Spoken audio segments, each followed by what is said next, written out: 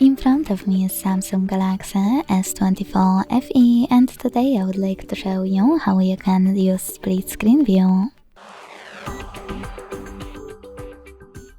Begin by selecting one of your apps to use in this view and launching it in the background. Then click on the icon of it at the top and select Open in split screen view.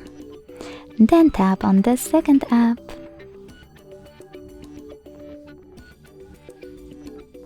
As you can see now, I can use both at the same time.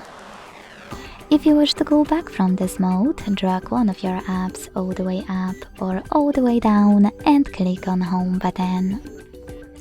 Thanks so much for watching. If you enjoyed this video, don't forget to leave a like, comment and subscribe. Bye!